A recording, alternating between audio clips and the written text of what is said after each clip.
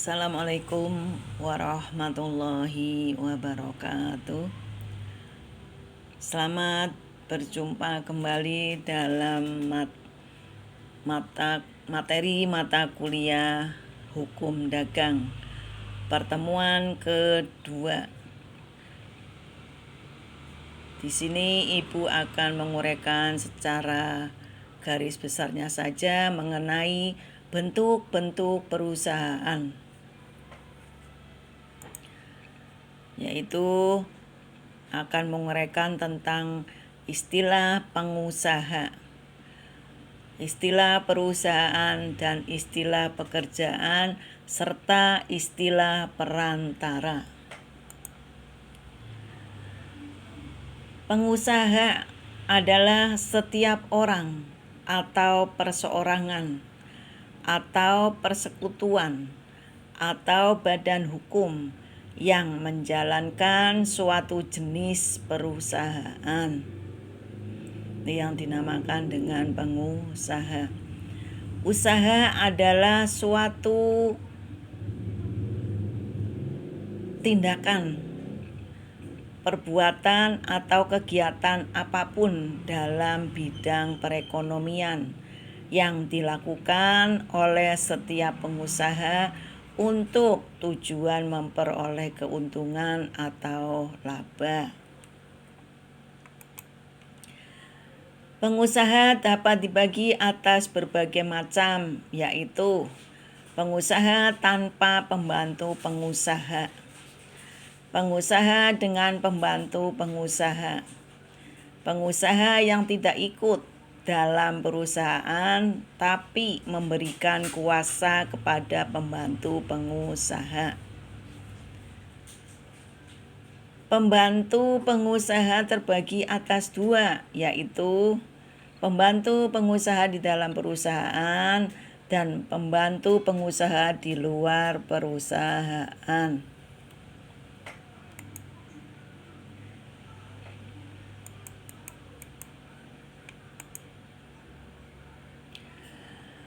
Perusahaan merupakan salah satu pengertian ekonomi yang termasuk dalam lapangan hukum perdata, khususnya dalam bidang hukum dagang. Menurut H.M. Purwosucipto bahwa berdasarkan Statblad 1938 nomor 276 tanggal 17 Juli tahun 1938, istilah pedagang dalam KUHD dihapus dan diganti dengan istilah perusahaan.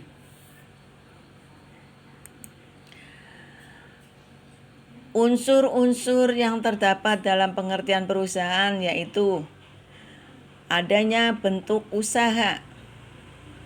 Kegiatan dalam bidang ekonomi dilakukan secara terus-menerus dan terang-terangan, yang tujuannya adalah mencari keuntungan atau laba. Adanya pembukuan.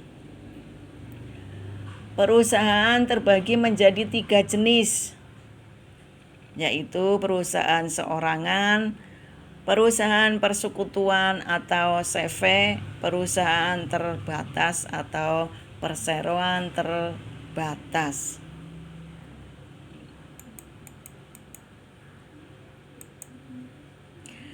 Pekerjaan adalah kegiatan yang harus dilakukan orang untuk memenuhi kebutuhannya.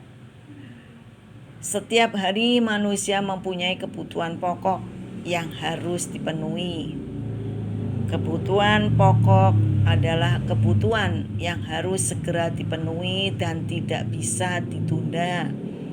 Misalnya tentunya kalian tahu semua bahwa kebutuhan pokok yang utama adalah makan, minum, pakaian, membeli alat-alat kebutuhan sekolah dan sebagainya.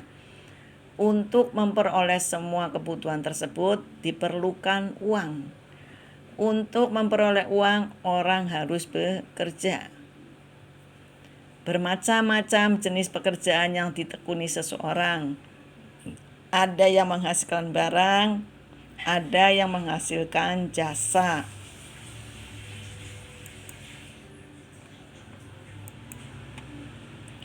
Pekerjaan itu terbagi menjadi dua. Yang tadi Ibu jelaskan bahwa ada yang menghasilkan barang dan ada juga yang menghasilkan jasa. Pekerjaan yang menghasilkan barang seperti pembuat kue, petani, sedangkan pekerjaan yang menghasilkan jasa seperti guru, dokter, dan masih banyak lagi.